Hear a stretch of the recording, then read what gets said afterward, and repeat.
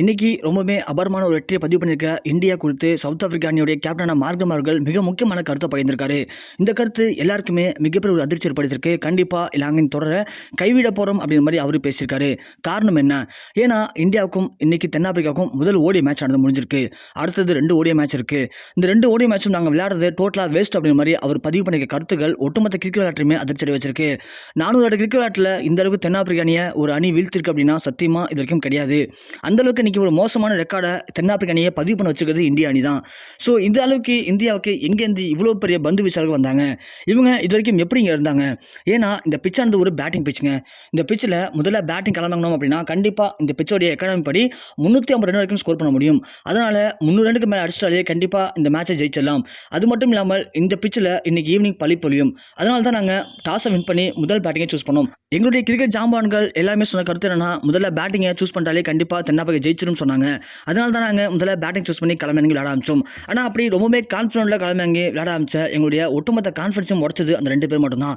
அந்த 2 பேரும் இது வரைக்கும் எங்கே இருந்தாங்க? எப்படி இவ்வளோ பெரிய வீரர்களாக வளர்ந்தாங்க? சுத்தமாக எங்களால் யோசிச்சு பார்க்கவே முடியல. அதுவும் குறிப்பாக அவங்க அவுட் ஆக்கின அந்த 10 பேரும் சாதாரண ஆட்கள் கிடையாது. எல்லாருமே ஒரு விதத்தில் எத்தனையோ மேட்ச்சில் மிகப்பெரிய ஒரு வீரர்களாக ஜொலிச்சிருக்காங்க. அப்படியாப்பட்ட மிக முக்கியமான வீரர்களை இன்னமும் அசால்ட்டாக கேம் பிளே விளையாடுற மாதிரி அடித்து தட்டி தூக்கிட்டு போயிருக்காங்க ஹர்ஷிப் சிங்கும் ஆவேஸ் கானும். ஸோ முதல்ல ஹென்ட்ரிக்ஸ் எங்களுக்கு எப்போதுமே ஓப்பனிங்கில் நல்ல ஒரு பேட்ஸ்மனாக பல இடங்களில் இருந்திருக்காரு. அப்படியே ஹென்ட்ரிக்ஸ் இன்னைக்கு அசால்ட்டாக 8 பால் பிடிச்சும் அந்த 8 பாலுமே அவர் என்ன பண்ணுறதுன்னு தெரியாமல் தவிச்சு கடைசியாக போல்ட் ஆகி போனார். அந்த அளவுக்கு அவரை ஹர்ஷிப் சிங் அவர்கள் ரொம்பவுமே ஒரு கேவலமான வெற்றி இன்னைக்கு அவர் கொடுத்துருக்காரு.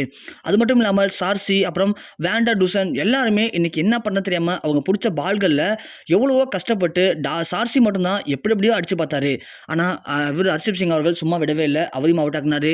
அதுக்கு பிறகு வந்த வேண்டர் டூசனையும் அவுட் ஆக்குனாரு. இப்படி எல்லாரையுமே ஹர்ஷிப் சிங் ஓவரை பார்த்து பயப்பட ஆரம்பிச்சாங்க. அப்போ தான் நான் களமிறங்கி எப்படியாவது மேட்சை வெற்றி கொண்டு போகணும்னு சொல்லி கொஞ்சம் கொஞ்சமாக நின்று நிதானமாக என்னுடைய ஆட்டத்தை வெளிப்படுத்த ஆரம்பித்தேன். ஆனால் என்னையுமே விட்டு வைக்கல ஆவேஸ் கான் அவர்கள். ஆவேஸ் கான் போட்ட பாலை சுத்தமாக நல்லா கணிக்கவே முடியல. நானும் போல்ட் ஆகிட்டேன். அதுக்கு பிறகு இந்த கிளாசன் அவர்கள் போல்ட் ஆனார். மில்லர் அவர்கள் கேட்ச் ஆனாங்க. ஒட்டுமொத்தமாக இந்த மேட்ச் வந்து சுற்றி KL ராகுல், ஹர்ஷிப் சிங் இவங்களுக்குள்ளே தான் இந்த மேட்ச் நடந்திருக்கு. இந்திய பிளேயர்கள் யாருமே எங்கேயுமே ஓடவும் இல்லை, எதுவுமே பண்ணல. எப்படி மேட்சுக்குள்ளே வந்தாங்களோ அதே மாதிரி அப்படியே ஃப்ரெஷ்ஷாக நிற்கிறாங்க. என்ன நடக்குதுன்னு எங்களுக்கு சுத்தமாக எங்களுக்கு புரியவே இல்லை. எங்கள் 3 பேருக்குள்ள சின்ன வட்டத்துக்குள்ளே தான் அந்த மேட்ச் நடந்து முடிஞ்சிருக்கு. அந்தளவுக்கு இன்னைக்கு அவங்க 2 பேருமே ஏதோ ஒரு மேஜிக் பண்ணாங்க. அதை பார்க்கும்போது எனக்கு சுத்தமாக புரியலை. நான் இனிமேல் தனியாக ட்ரெஸ்ஸிங் ரூமில் போய் உட்காந்து அவர் என்ன பண்ணாருங்கிறத பார்த்தா தான் எனக்கே புரியும் பலுக்கு அங்கே என்ன நடந்திருக்குன்ட்டு. ஸோ அந்தளவுக்கு இன்னைக்கு கண்மூடி வித்த காட்டி ஜெயிச்சுட்டு போயிருக்காங்க இந்திய அணி. அதுவும் குறிப்பாக அந்த 2 பேர்ஸை சத்தியமாக எங்கள் இந்திய அணி அதாவது தென்னாப்பிரிக்கா அணி இது வரைக்கும் வாழ்நாளில் மறக்க மாட்டாங்க. அடுத்தடுத்த மேட்ச்க்கெலாம் நாங்கள் விளையாடுறதே வேஸ்ட்டு தாங்க அப்படிங்கிற மாதிரி மார்க்கம் அவர்கள் தோல்வி குறித்து இன்னைக்கு ரொம்பவே ஓப்பனாக பேசியிருக்காரு. இது எல்லாருக்குமே மிகப்பெரிய ஒரு அதிர்ச்சி ஏற்படுத்திருக்கு. ஏன்னா இந்திய அணி இன்னைக்கு அப்படியாப்பட்ட ஒரு ரெக்கார்டை குறிப்பாக 400 வருடத்தில் இந்த அளவுக்கு ஒரு பலம் வாய்ந்த அணி அவங்க சொந்த மண்ணில் குறிப்பாக ஒரு 20,000 பேர் ஃபேன் பேஸ் இருக்காங்க. எல்லாமே தென்னாப்பிரிக்கான்னு கத்திக்கிட்டு இருக்காங்க.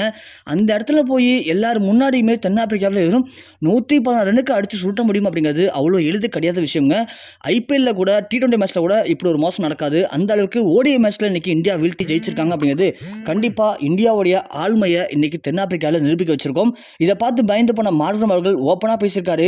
அடுத்தடுத்த கூட 2 ஓடிய மேட்சுமே நாங்கள் விளையாடுறதே வேஸ்ட் தாங்க. ஸோ கப்பை நீங்கள் டேரெக்டாக இப்போவே கொடுத்துடலாம், நாங்கள் வேணால் தொடர விட்டு கைப்பற்றி வெளியேறிடுறோம் அப்படிங்கிற மாதிரி இன்னைக்கு அவரே கண்கலங்கி பேசியிருக்காரு. அவருடைய உருக்கமான பதிவில் பார்க்கும்போது நமக்கு கொஞ்சம் கஷ்டமாக தான் இருக்குது. ஆனால் கண்டிப்பாக இந்தியாவுக்கு உலகக்கோப்பை மேட்ச் தோற்றதுக்கு பிறகு தேவைப்படக்கூடிய மிக முக்கியமான வெற்றி அப்படிங்கிறனால யார் எங்கே கண்கலங்கினாலும் கண்டிப்பாக அவங்கள அடிச்சு நொறுக்கி இந்த தொடரை கைப்பற்றி தீரணும் அப்படிங்கிற முடிவோட இன்னைக்கு இந்திய அணி வீரர்கள் விளையாண்டுருக்காங்க. தொடர்ந்து இதே மாதிரி இந்தியாவுடைய பந்து வீச்சும் பேட்டிங்கும் சூப்பராக இருந்துச்சு அப்படின்னா கண்டிப்பாக எவனாலையும் யாராலையும் இந்தியாவை வீழ்த்த முடியாது அப்படிங்கிறது இப்போ இருக்கக்கூடிய மிக முக்கியமான கருத்துக்களாக மாறியிருக்கு. ஸோ இந்த மேட்ச் குறித்து நீங்கள் இந்த மேட்ச் பார்த்தீங்க அப்படின்னா இந்த மேட்ச் எப்படி இருந்ததுன்னு சொல்லிட்டு உங்களோட கருத்துக்களை கீழே மறக்காமல் கமெண்ட் செக்ஷனில் பதிவு பண்ணுங்கள்.